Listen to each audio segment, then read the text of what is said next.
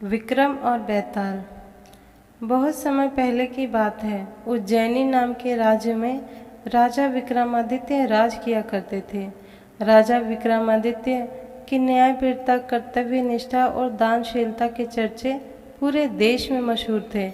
यही कारण था कि दूर दूर से लोग उनके दरबार में न्याय मांगने आया करते थे।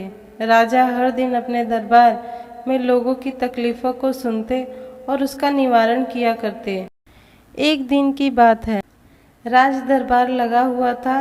तभी एक भिक्षुक विक्रमादित्य के दरबार में आता है और एक फल राजा को देकर चला जाता है। राजा उस फल को कोषाध्यक्ष को दे देता है। उस दिन के बाद से हर रोज वह भिक्षुक राजा के दरबार में आने लगा। उसका रोज का यही काम रहा कि वह राजा को फल देता और चुपचाप चला जाता। राजा भी प्रत्येक दिन भिक्षुक द्वारा दिया गया फल कोषाध्यक्ष को थमा देता। ऐसा करते करते करीब 10 साल बीत गया।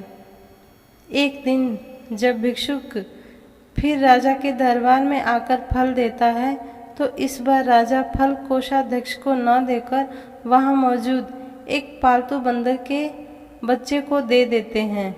यह बंदर किसी सुरक्षाकर्मी का था, जो छूटकर अचानक राजा के पास आ जाता है। बंदर जब उस फल को खाने के लिए तोड़ता है, तो उस फल के बीज में एक बहुमूल्य रत्न निकलता है। उस रत्न की चमक को देखकर राज दरबार में मौजूद सभी लोग हैरत में पड़ जाते हैं। राजा भी यह नज़ारा देख आश्चर्य में पड़ जाता है। राजा कोषाध्यक्ष को इससे पूर्व भिक्षुक द्वारा दिए गए सभी फलों के बारे में पूछता है। राजा के पूछने पर कोषाध्यक्ष बताता है कि महाराज, मैंने उन सभी फलों को राजकोष में सुरक्षित रखवा दिया है। मैं उन सभी फलों को अभी लेकर आता हूँ। कुछ देर बाद कोषाध्यक्ष राजा को आकर बताता है कि सभी फल सड़ गल गए हैं। उनके स्थान पर बहुमूल्य रत्न बचे हुए हैं। यह सुनकर राजा बहुत खुश होता है और कोषाध्यक्ष को सारे रत्न सौंप देता है। अगली बार जब भिक्षुक फल लेकर दोबारा विक्रमादित्य के दरबार पहुंचते हैं, तो राजा कहते हैं, भिक्षु, मैं आपका फल तब तक ग्रहण नहीं करूंगा जब तक आप यह नहीं बताते कि हर दिन आप इतनी बहुमूल्य भेंट मुझे क्यों अर्पित करते हैं। राजा की यह बात सुन भिक्षुक उन्हें एकांत स्थान पर चलने को कहता है। एकांत में ले जाकर भिक्षुक राजा को बताते हैं, मुझे मंत्र साधना करनी है और उस साधना के लिए मुझे एक वीर पुरुष की ज़रूरत है। चूँकि मुझे तुमसे वीर दूसरा कोई नहीं दिखाई देता, इसलिए यह बहुमूल्य उपहार तुम्हें दे जाता हूँ। भिक्षुक की बात सुन राजा विक्रमादित्य उनकी सहायता करने का वचन देते हैं। तब भिक्षुक राजा को बताते हैं कि अगली अमावस्या की रात को उसे पास के शमशान जाना होगा, जहां वह मंत्र साधना की तैयारी करेगा। इतना कहकर भिक्षुक वहां से चला जाता है।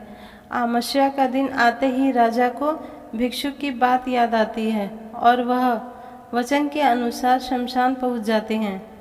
राजा को देख भिक्षुक बहुत खुश होता है। भिक्षुक कहता है, हे राजन, तुम यहाँ आए मैं बहुत खुश हुआ कि तुम्हें तुम्हारा वचन याद रहा। अब यहाँ से पूर्व दिशा में जाओ, वहाँ एक शमशान मिलेगा। उस महाशमशान में एक शीशम का एक विशाल वृक्ष है। उस वृक्ष पर एक मुर्दा लटका हुआ है। उस मुर्दे को तुम्हें मेरे पास लेकर आना है। भिक्षुक की बात सुनकर राजा सीधे उस मुर्दे को लाने चल देते हैं।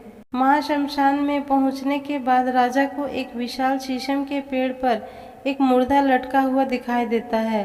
राजा अपनी तलवार खींचता है और पेड़ से बंधी डोर को काट देता है। उस डोर कटते ही मुर्दा जमीन पर आ गिरता है और जोर से चीखने की आवाज़ आती है। दर्द भरी चीख सुन राजा को लगता है कि शायद यह मुर्दा नहीं बल्कि कोई जिंदा इंसान है।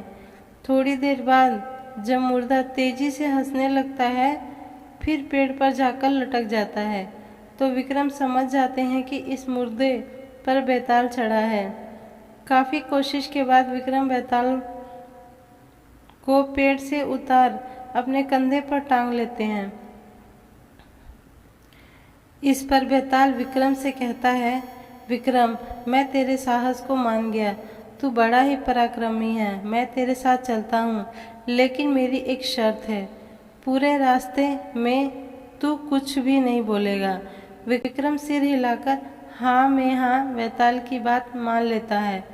इसके बाद बेताल विक्रम से कहता है कि रास्ता लंबा है, इसलिए इस रास्ते को रोमांच बनाने के लिए मैं तुझे एक कहानी सुनाता हूँ। कहानी से सीख। एक राजा को हमेशा विक्रमादित्य की तरह साहसी और पराक्रमी होना चाहिए, तभी वह अपनी प्रजा की रक्षा कर सकता है। शेष भाग अगले वीडियो में।